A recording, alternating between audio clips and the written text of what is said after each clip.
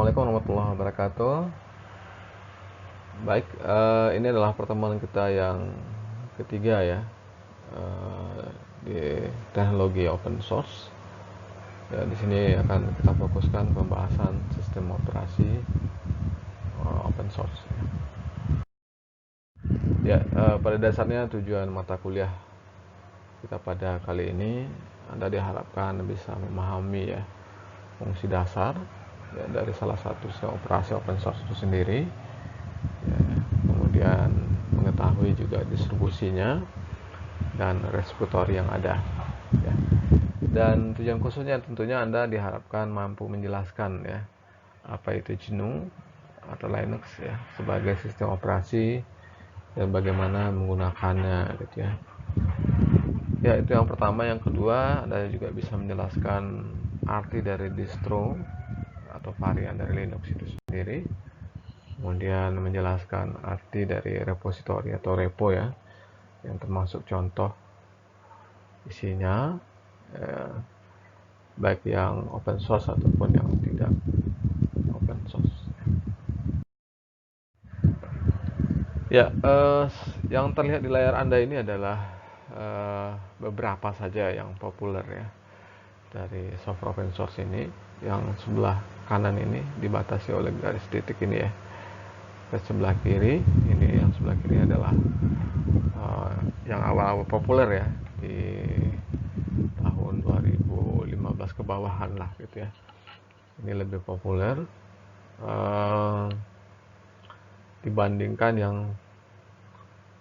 sebelah kanannya, tapi yang sebelah kanan justru lebih populer setelah 2015 ya, sehingga lebih banyak dipakai sekarang gitu ya. Ya, terlepas dari mana yang berkembang selanjutnya, ini akan sangat tergantung kepada pengguna ya, apakah nyaman, senang, atau bisa mengembangkannya dalam konteks kajian keilmuan yang lebih banyak dipakai sekarang ya. Jadi ada beberapa yang bisa jadi ya bukan mati ya, tapi berhenti ya dalam pengembangannya. Ya bisa nanti tahun atau 2 tahun ke depan justru dikembangkan lagi gitu ya. Tapi ada yang terus berkembang sehingga saking banyak dipakai ya, karena mudah digunakan sehingga menyenangkan gitu ya, dan dia akan terus berkembang gitu ya. Dan ini akan sangat sesuai dengan perkembangan teknologi penunjangnya ke depan seperti apa. Ya, secara umum jenis software itu kita bisa bagi atas 3 ya, itu sistem, aplikasi, dan pemrograman. Tapi secara level atau layer sistem komputer itu sebetulnya ada 4 kategori ya. Jadi ada sistem software, ada middleware software, kemudian ada application software, dan programming tool software ya. Jadi ada satu penambahan ya, itu middleware software. Nah, apa itu middleware software? Nanti kita jelaskan di materi selanjutnya. Ya, pengelompokan ini berlaku ya untuk yang berbasis license atau proprietary ya, maupun yang berbasis open source yang akan kita bahas ke depan, atau FOSS atau free software ya. Ya, jadi apa itu software system atau sistem software ya? Jadi pada dasarnya mungkin kita lebih familiar dengan istilah operating system atau sistem operasi ya. Tapi sebetulnya kalau kita bicara software system, nah, itu ada dua hal ya. Nah, intinya software system adalah software atau program yang mengendalikan perangkat hardware komputer itu sendiri dan perangkat-perangkat atau peripheral yang melekat padanya. Nah, contohnya di sini ya, jadi yang termasuk kategori software system itu ada sistem operasi itu sendiri dan utility-nya atau utilitasnya gitu. Jadi ada dua ya, sistem operasi dan utility. Nah, yang akan kita bahas ke depan contohnya adalah kernel Linux ya. Jadi Linux yang lebih populer yang kita pakai ya, sebetulnya istilahnya kernel Linux ya. Ya, dan ketika kita pasang dengan utilitas yang ada, nah itulah yang kemudian menjadi sistem operasi yang lengkap sehingga kita mengenalnya sebagai sistem operasi Linux ya. Nah, contohnya utilitas Linux, maka biasanya di situ ada perintah ya. Apakah untuk mengubah password misalnya, ya, membuat directory, melihat isi directory, ya, melihat ruang ketersediaan sebuah media penyimpan storage atau hard disk misalnya gitu ya, kemudian kumpulan aplikasi yang tersedia di sana apa saja ya. Nah, itu yang kita kenal dengan istilah Linux tool ya dan utility.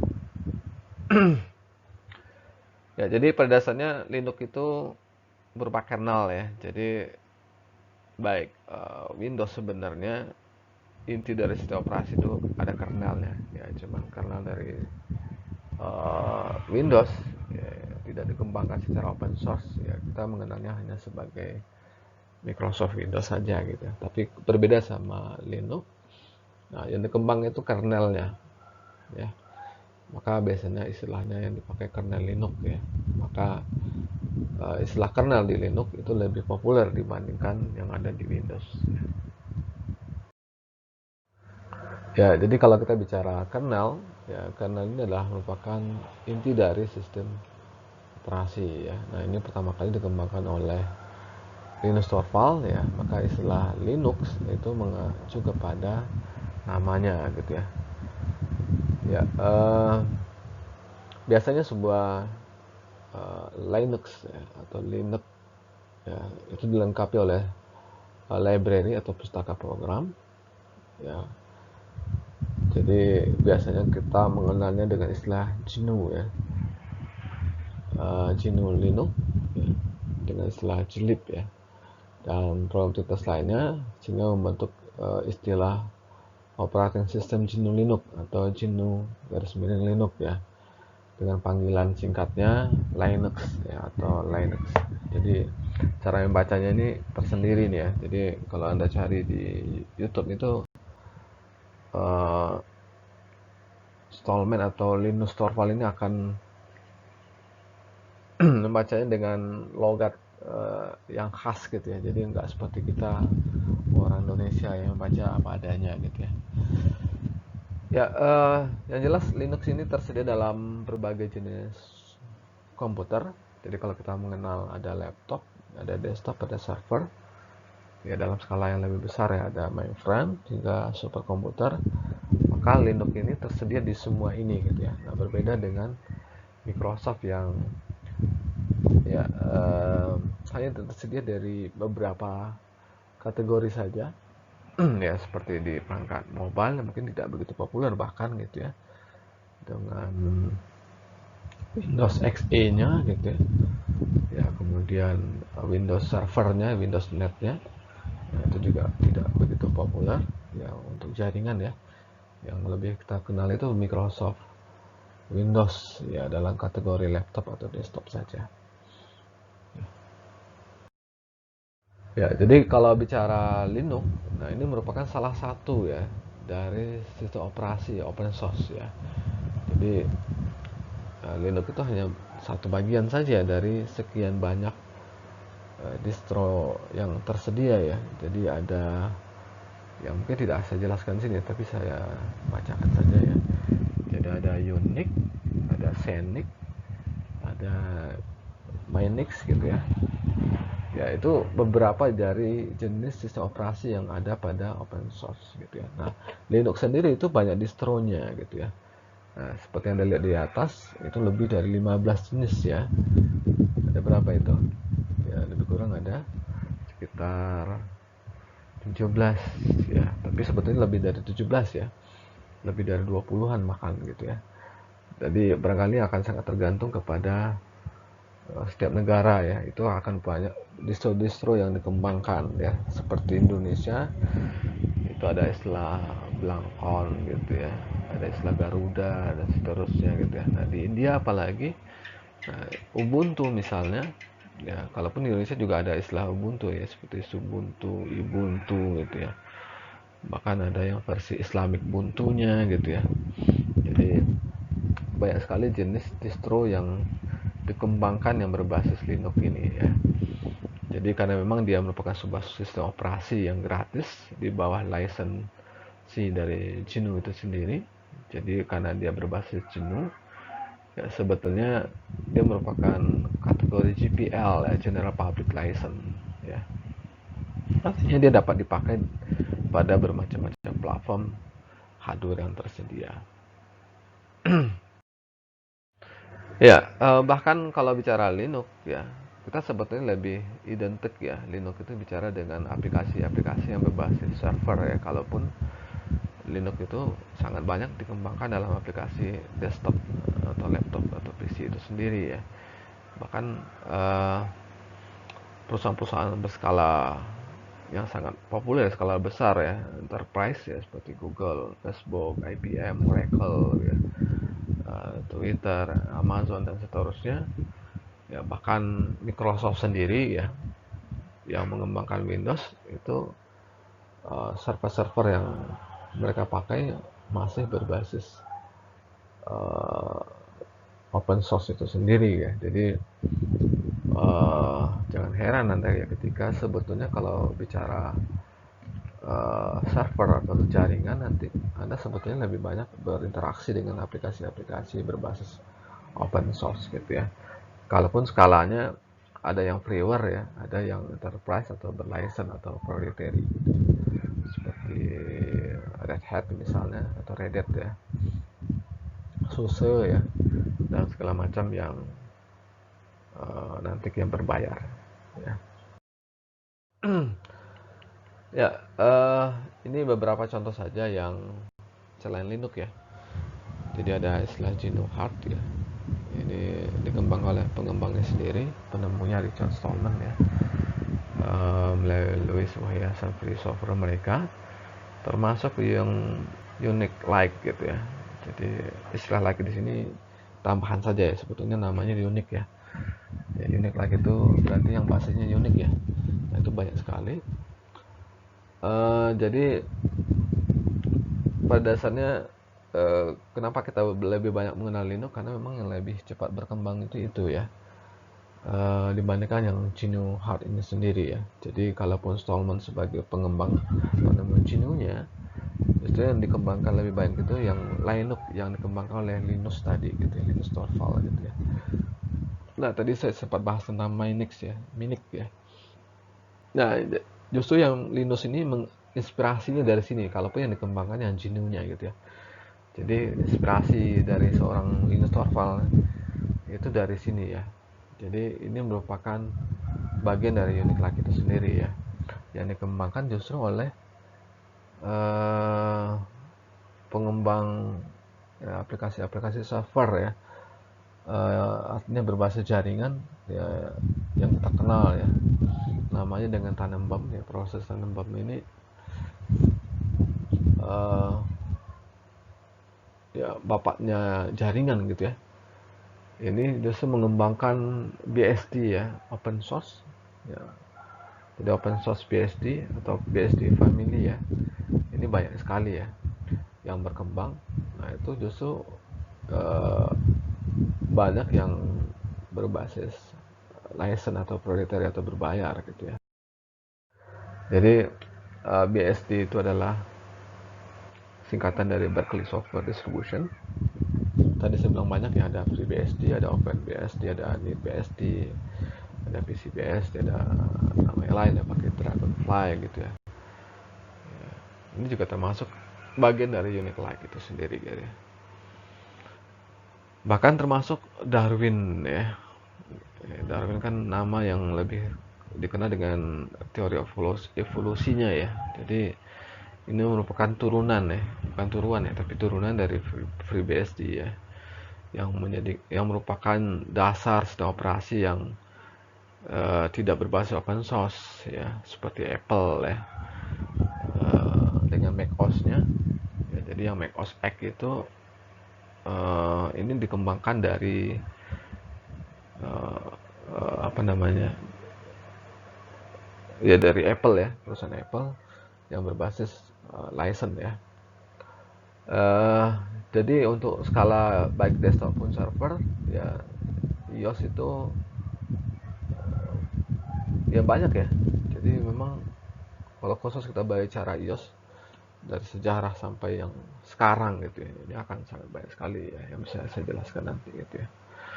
Ya, yang lainnya adalah OpenSolaris. Ya, ini juga sangat populer. Bahkan ini eh, berbayar ya, bahkan lebih kita kenal dengan Oracle-nya. Ya, ini sangat populer dalam database yang sangat eh, mahal ya. Dan ini pendatang baru, sebenarnya bukan baru juga ya, tapi ini cukup baru. Repost ya. Eh, ini sekarang cukup banyak pengembangnya khususnya Indonesia karena memang lebih murah, ya, lebih mudah dan simple ya.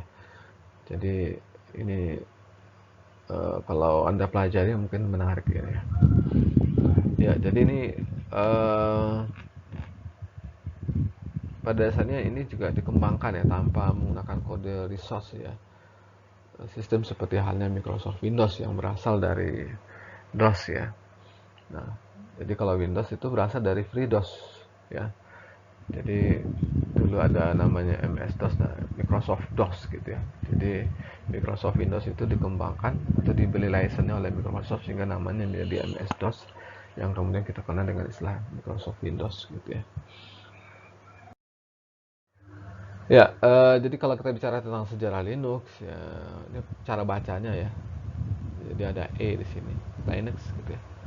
Atau dibaca pendek seperti ini Linux gitu. Jadi Li-nya itu dibaca pendek sekali gitu sehingga tidak terdengar, maka yang terdengar itu Linux-nya gitu, Linux gitu ya. Jadi kalau ya tadi saya bilang tadi silakan dicari di YouTube ya bagaimana cara baca pasnya. Kalau saya kurang pas juga cara bacanya karena saya tidak terlalu berinteraksi ya dengan Linux itu sendiri. Ya sudah lama ya kalau berinteraksi itu sudah ya cuma hanya setahun 2 tahun ya di tahun 2009 2010 gitu ya. Setelah itu kembali meninggalkan ya karena lebih banyak menggunakan yang bukan Linux memang gitu ya.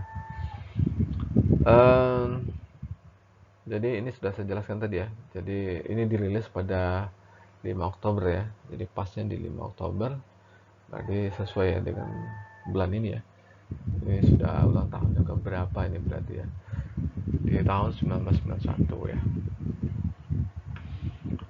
Eh jadi seperti yang saya bilang tadi, Linux ini lebih banyak ya menggunakan library dalam pengembangan sistemnya. Ya sama halnya seperti bahasa pemrograman ya bahasa C ya. Nah, itu berawal dari GNU Linux ini ya. Jadi kalau ada istilah GNU itu, apa sih GNU itu ya? Sebetulnya tidak ada ketemuan, ada tidak bertemu ya. Apa singkatan dari apa ya? Malah kalau dialog-olog GNU itu GNU is not unique ya. Jadi seakan-akan ini singkatannya ya, padahal bukan ya. GNU is not unique ya. GNU ya, G-nya GNU gitu ya. N-nya not ya, U-nya unique ya. Berarti GNU is not unique ya gitu ya. Jadi ini cuma apa ya, uh, olok-olokan saja ya. Ya, jadi ini dikembangkan sebetulnya sudah dari tahun 1985 oleh Richard Stallman ya. Jadi kalau tahun 91 Linus yang mengembangkan, tapi GNU itu sendiri sudah dikembangkan oleh Stallman ya, di tahun 1983 ya. Ya, nah jadi tadi saya sempat bahas tentang distro ya atau distribution ya. Jadi pada dasarnya yang dikembangkan banyak sekali itu adalah distro-distro ya dari Linux itu sendiri. Jadi baik yang berbasis Linux ataupun yang FreeBSD gitu ya. Itu dikemas sebetulnya dalam bentuk ukuran yang kecil ya, seperti CD sampai ukuran DVD ya. Yang itu yang Anda bayar itu lebih ke CD dan DVD-nya. Ya. Jadi Anda dapat secara free aplikasinya, artinya Anda kembangkan secara gratis. Tapi untuk distronya Anda beli gitu ya. Tapi pada dasarnya Anda tetap bisa dapat akses secara gratis ya. Artinya Anda silahkan download lah di web server yang tersedia. Nah ini yang nanti kita kenal dengan istilah repository. Nanti kita jelaskan lebih jauh ya. Jadi Anda tetap akan membelinya ya dalam bentuk CD atau DVD yang jumlahnya bisa akan sangat banyak sekali ya tergantung daya tampung dari media penyimpan itu sendiri ya. Ya kalau sekarang mungkin ya Anda tidak menyukai ini lagi karena memang eh, tidak rata-rata laptop sekarang tidak mendukung lagi ya terhadap penggunaan CD atau DVD gitu ya. Ya tapi istilahnya tetap distro ya. Kenapa? Karena sangat beragam ya seperti tadi saya sampaikan, lebih dari puluhan ya, lebih dari belasan buah gitu ya. Yang cukup tua ya, cukup terkenal itu seperti Debian ya, Red Hat gitu ya, ada Slackware gitu ya. Nah, setiap distro ini memiliki distro turunan ya, atau bahasa lainnya hasil modifikasi. Nah, contohnya kalau untuk Debian turunannya apa, misalnya Ubuntu. Nah, ini Ubuntu ini yang populer sampai ke Indonesia ya, dan bahkan dimodifikasi lalu ada nama lain ya seperti Blankon gitu ya. Itu singkatan dari blank on ya. Jadi kalau dibacanya Blankon ya. Jadi seperti itu ya. Itu merupakan turunan dari distro Debian gitu ya. Nah, kalau di Red Hat ya atau Red Hat ada yang baca begitu. Contohnya CentOS ya. CentOS gitu ya. Contoh lainnya Fedora gitu ya. Ya, kalau di Indonesia namanya IGOS Nusantara ya, IGN ya, IGN atau IGOS Nusantara. Contoh dari Slackware misalnya SUSE ya, dengan OpenSUSE-nya atau OpenSUSE ya. Dan yang lainnya Vector Linux ya. Dan yang lainnya tentu banyak sekali ya yang bisa Anda cari nanti di uh, distro watch ya secara lengkap ya, silahkan Anda buka saja itu, atau di open source ya, open source ya. uh, ya mungkin sudah populer dengan nama itu ya. Kita bahas yang selanjutnya tentang repo ya. Jadi kalau kita bicara repo itu singkatan dari repository ya, maka biasanya untuk mengakses ke sana ya, jadi kalau Anda tidak mau dalam bentuk CD atau DVD, sebetulnya repo itu jualannya Linux ya. Jadi dijual itu dalam bentuk CD ya. Jadi ini salah satu bentuk bagaimana mendapatkan kernel atau distro dari CD atau Linux itu sendiri ya. Jadi uh, apa namanya, itu disediakan dalam bentuk server repository ya. Nah biasanya kalau di Indonesia itu UI yang lebih banyak ya. Jadi kalau Anda mau mencari, nah biasanya UI lebih up to date ya. Jadi apa namanya, aplikasi-aplikasi open source ya itu bisa ditemukan di situ. Tapi kalau Anda mau beli, nah itu Anda masuk ke juragan kambing ya.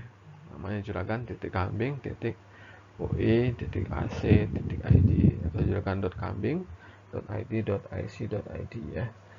Jadi contoh saja misalnya Ubuntu 13. Nah, itu bisa ya ada 13 bahkan sampai 14 keping ya. Itu baru yang 13. Nah, sekarang sudah 20 ya. Nah, tapi untung ya karena dia dalam bentuk repository yang bisa Anda akses. Anda tidak harus membelinya dalam bentuk CD lagi gitu ya. Jadi ya mungkin tampilan seperti ini. Nah, di sini juga akan diberi link-link ya atau mirroring daripada kampus-kampus lain yang juga menyediakan distro-distro yang ada ya, seperti UGM, ITS, ITB sekalipun juga ada di sini ya. Jadi Anda nanti bisa cek ya mirror-mirrornya. Nanti kalau Anda cari ke bawahnya nanti akan banyak di bawah gitu ya. Ada mirror-mirror lain. Nah, nanti Anda bisa download dari situ. Khususnya yang ISO-nya ya. Jadi ISO-nya ini bisa Anda akses lebih mudah ya, kemudian Anda download dengan cepat ya. Kalau nggak salah dulu saya pernah download 4 GB itu kurang dari 10 menit ya. Apalagi dengan akses sekarang yang lebih cepat ya. Mudah-mudahan itu lebih cepat lagi gitu ya. Itu udah 10 tahun ya. 4 GB itu bisa di-download dalam waktu hanya 10 menit saja gitu ya. Jadi kalau sekarang bisa di ya mungkin hanya 5 menit sudah bisa Anda dapatkan gitu ya. Ya, jadi itu ya, lebih kurang apa itu tentang distro dan repo ya. Jadi kalau kita bicara open source, nah kita butuh ini gitu ya. Jadi Anda disediakan banyak pilihan. Nah, Anda tinggal pilih distronya mana, lalu Anda akses untuk mendapatkannya di mana gitu ya. Kalaupun sebetulnya Anda bisa dapatkan repository umum ya di luar sana yang bukan Indonesia. Tapi ingat ya, biasanya semakin jauh negara Anda mencarinya, waktu aksesnya akan semakin lebih lama gitu ya. Maka biasanya orang lebih suka mengandalkan repository dari negara-negara yang bersangkutan ya. Kalau Indonesia ya gunakan yang Indonesia gitu ya.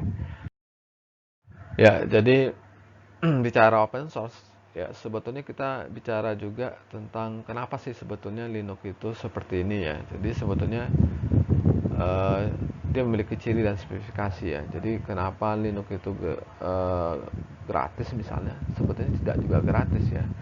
Jadi dia bisa melihat dari sisi aspek lain ya, memang secara hukum dan bisnisnya kita dapatkan secara mudah gitu ya. Karena kita di sini kita tidak membutuhkan lisensi secara ya, berbayar gitu, tapi tetap butuh license secara langsung, artinya Anda harus mencantumkan lisensi pemiliknya atau FOS-nya gitu ya. Ya, tidak seperti halnya Windows ya atau aplikasi proprietary yang lain gitu ya. Ya, tapi Linux berbeda dari sisi bidang lain ya. Apa contohnya? Ya, untuk kebutuhan teknis lainnya. Jadi untuk technical supportnya gitu ya. Nah, biasanya mereka mengadakan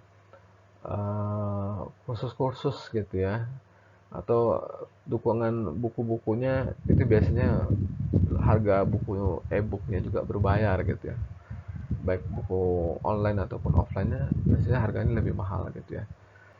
Artinya kalau secara offline ya harganya biasanya ratusan ya, dengan bentuk yang bisa jadi mungkin menurut Anda tidak menarik karena gambar-gambarnya itu justru banyak gambar tumbuhan atau binatang gitu ya. Ataupun secara online, nah Anda juga mendapatkan e-booknya secara berbayar ya. Tapi zaman sekarang apa sih yang nggak dapat dengan gratis, itu bisa gitu ya. Ya, jadi yang dibisniskan oleh uh, open source biasanya proses-proses teknisnya gitu ya. Termasuk itu untuk modifikasi, customizing ya. Bagaimana migrasi ya, training dan segala macam ya. Maka biasanya untuk mempelajarinya ya Anda butuh training. Nah, biasanya yang berbayar itu gitu ya. Jadi bisnisnya lebih banyak seperti itu ya. Dan biasanya ya apa? Banyak media-media kursus ya yang menyediakan pelatihan-pelatihan untuk open source ini. Jadi kalau Anda ingin belajar open source ini secara mendalam, memang sebaiknya mungkin ya Anda harus ikut kursus-kursus gitu ya. Jadi kalau di bangku kuliah mungkin Anda tidak akan banyak menemukan itu gitu ya. Eh jadi kalau bicara ciri dan spesifikasi selanjutnya, nah kelebihan dari Linux itu adalah dia bersifat multi user ya, kemudian multitask ya, kemudian jaringan ya. Jadi sejak pertama dikembangkan itu sudah basisnya seperti itu ya. Ya, artinya apa? Dia bisa banyak menjalankan program secara bersamaan ya. Ya, kemudian digunakan sebagai ya fungsi jaringan yang lebih besar atau software networking ya. Sehingga biasa disebut sebagai network operating system ya. Walaupun sebetulnya juga dapat difungsikan sebagai standalone operating system. Ya, ini bentuknya saja ya dari GUI ya yang sebelah kiri ini ya. Ya, mungkin mode tampilannya bisa beragam-ragam ya, tergantung kepada distro yang Anda install di laptop Anda nanti gitu ya. Tampilannya bisa jadi sangat menarik bagi Anda dan Anda bisa atur sedemikian rupa sehingga nanti kesannya mau mirip Windows atau punya kesan tersendiri ya, apakah mau mirip iOS misalnya Apple punya gitu ya.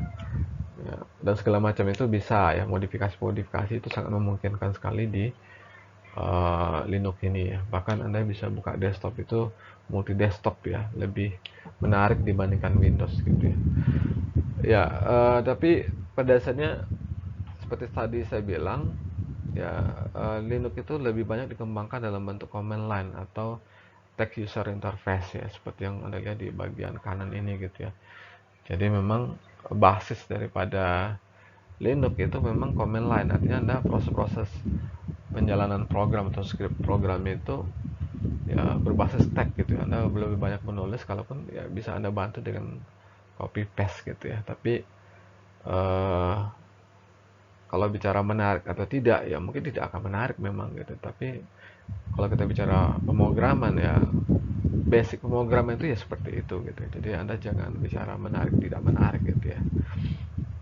Oke, barangkali itu ya yang bisa saya sampaikan. Ini hal-hal yang mungkin akan kita bahas lebih banyak di pertemuan selanjutnya. Ya, jadi kalau kita bicara